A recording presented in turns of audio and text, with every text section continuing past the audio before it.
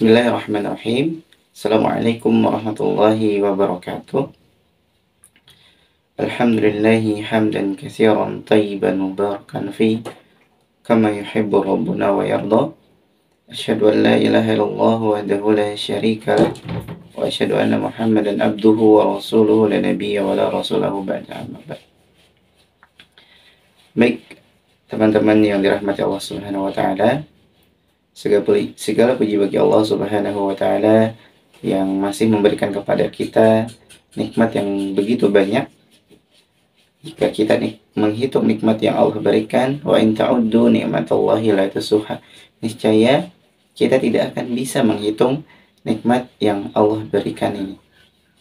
Salawat serta salam semoga selalu tercurah limpahkan kepada Nabi kita, yaitu Nabi besar Muhammad Sallallahu Alaihi Wasallam, kepada para keluarganya, para sahabatnya, dan kepada kita selaku pengikutnya yang sama-sama mengharapkan syafaat beliau di yaumul akhir nanti. Mudah-mudahan kita termasuk umat yang mendapatkan syafaat beliau nanti. Amin, amin, ya rabbal alamin.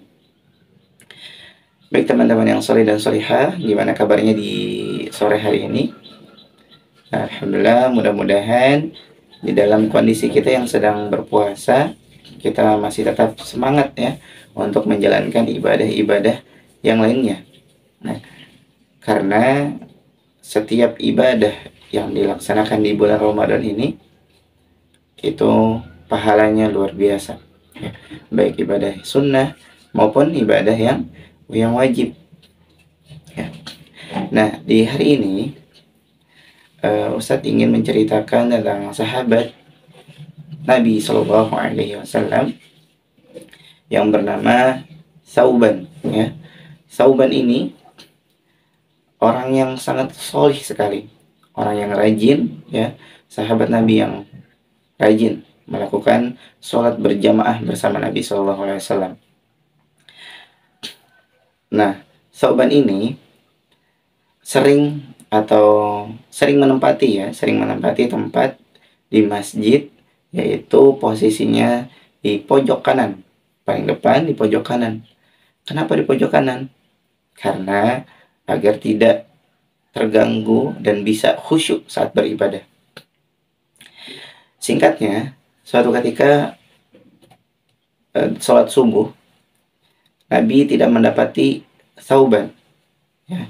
Biasanya Thauban itu berada di pojok kanan, tetapi hari ini dia tidak berada di pojok kanan. Lalu Nabi bertanya kepada para sahabat, "Aina Thauban?" Di mana Thauban? Maka para sahabat pun tidak ada yang mengetahui di mana Thauban.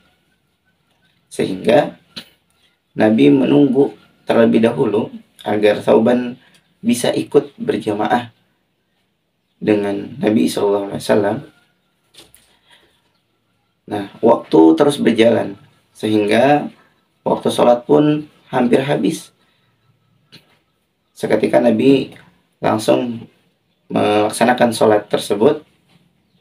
Setelah sholat, Nabi mengajak para sahabat yang berada di masjid untuk mencari rumah Thauban dan mencari keberadaan Thauban. Bayangkan, sahabat Nabi yang begitu banyak, tapi Nabi tahu si fulan ada di sini biasanya, atau satu sahabat aja yang nggak ikut berjamaah itu Nabi tahu. Itu saking pedulinya Nabi SAW. Lalu para sahabat yang lain ikut bersamai Nabi menuju rumah Thauban ya. Saat itu Nabi pun belum tahu rumah Thauban itu di mana. Akhirnya ditelusuri jalan sampai rumah Thauban, bertanya ya. Akhirnya Nabi dan sahabat menemukan rumah Thauban. Tahu gak kira-kira berapa Nabi berjalan dari masjid sampai rumah Thauban? Ada yang tahu? Nah, Nabi berjalan dari masjid sampai rumah Thauban itu selama 3 jam. Bayangkan teman-teman, 3 jam Nabi berjalan dari masjid sampai rumah Thauban. Artinya Thauban setiap hari untuk melaksanakan sholat berjamaah bersama Nabi harus menempuh jarak 3 jam berjalan. Karena pada saat itu belum ada mobil ya, belum ada pesawat, belum ada motor dan yang lainnya. Nah, 3 jam perjalanan, bayangkan pahalanya luar biasa. Ya. Ketika Nabi sampai Shallallahu Alaihi Wasallam sampai di rumah Thauban, nah Nabi bertanya kepada istrinya, Aina Thauban? Di mana Thauban? Lalu istrinya pun menjawab bahwa Thauban telah meninggal. Lalu Nabi bertanya, apakah ada rasa sakit atau penyakit yang diderita Thauban? Atau ada hal apa sebelum kematian Thauban? Lalu istrinya menjawab, tidak ada.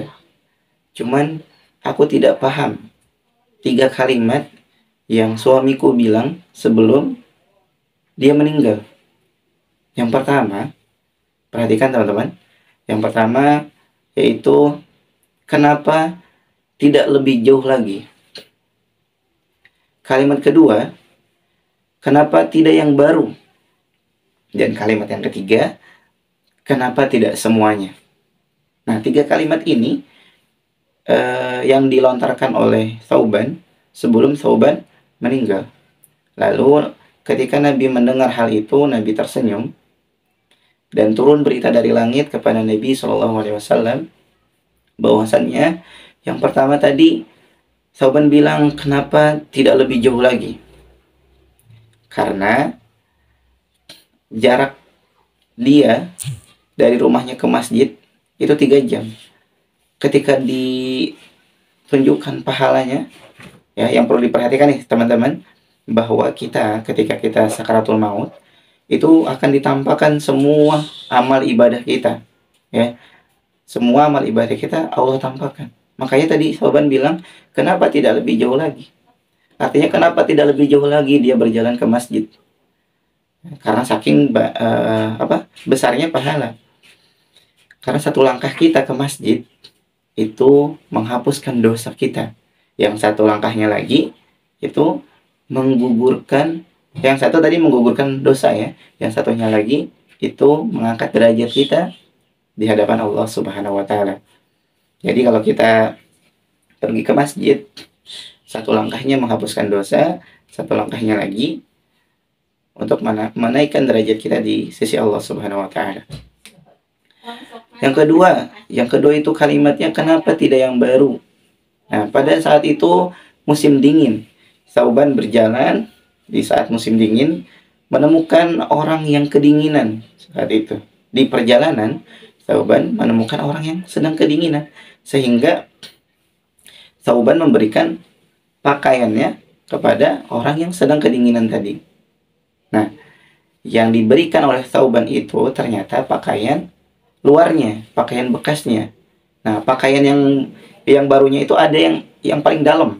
Jadi Thauban itu memakai pakaian itu berlapis-lapis ya. Berlapis-lapis sehingga yang paling luar yang diberikan kepada orang yang kedinginan tadi. Nah, itu pakaian bekasnya, cuman masih bagus ya. Makanya tadi kenapa tidak yang baru? Karena kalau yang baru pasti pahalanya lebih besar sekali ya. Ketiga, kenapa tidak semuanya? Nah, Thauban ini ketika semasa hidupnya beliau rajin sekali beribadah, rajin sekali bersedekah. Nah, ketika ditampakkan oleh Allah Subhanahu wa taala pahala sedekah, Masya Allah, Thauban bilang, kenapa tidak semuanya? Artinya, kenapa tidak semuanya yang Thauban miliki disedekahkan gitu. Nah, begitulah teman-teman kisah Thauban, sahabat Nabi SAW yang sudah dijamin surganya karena kesolihannya, karena rajinnya ibadah. Ya, bayangkan 3 jam menempuh perjalanan menuju masjid. Untuk para ikhwan, kalau rumahnya dekat, cuman 300 meter, nah itu tidak ada alasan buat sholat di rumah ya. Jadi mudah-mudahan kisah tadi menambahkan kepada kita, terutama Ustadz sendiri, agar lebih semangat dalam beribadah ya. Dan kepada teman-teman juga, terutama ikhwan atau akhwat pun ya, dalam bersedekah, dalam sholat berjamaah, ya, itu harus lebih semangat lagi. Barakallahu fikum, wallahu a'lam. Mungkin itu saja yang bisa Ustaz sampaikan. Mohon maaf apabila ada salah kata. Wassalamualaikum warahmatullahi wabarakatuh.